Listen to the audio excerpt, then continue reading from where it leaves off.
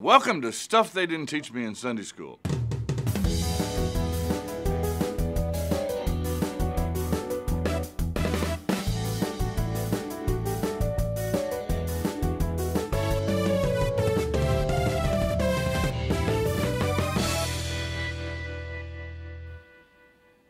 I can only imagine what a horrible night it must have been.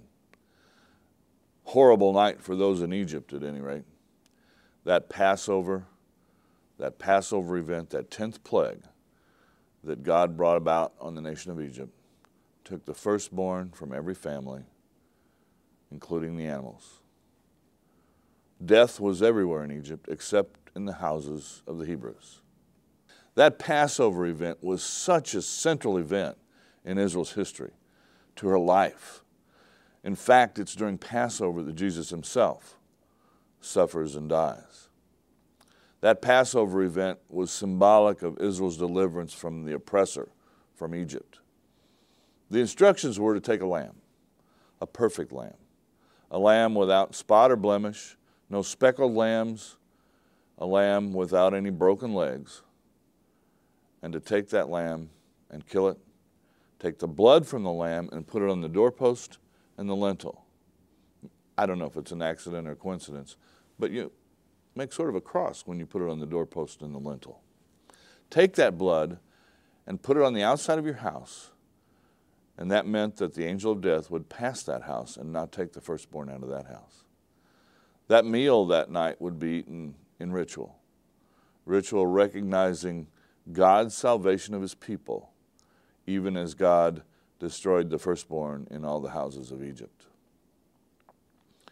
It was an event that Israel would celebrate again and again in her history every year. It was the beginning of her church year, the month of Nisan. It was an event that God would eventually use to make the point about his own son. Do you think it's coincidence that God used Passover for the suffering, death, and resurrection of Jesus? I don't think so. We have another lamb, an unblemished lamb, no sin. A lamb in which no leg was broken, and you recall it could have been broken on the cross because that's the way they put the crucified out of their misery. But they did not do that to Jesus. In fact, Josephus points out, Josephus, a first century church historian, that probably about 50,000 lambs died during Passover in Jerusalem each year. And on the day that Jesus was crucified, those lambs were being slaughtered on the Temple Mount. Blood running through the trough system on the mount down into the Kidron Valley, a EPA nightmare probably. But the fact being, the only blood that counted that time, that Passover, was the blood that was being shed outside the city walls on Calvary's cross.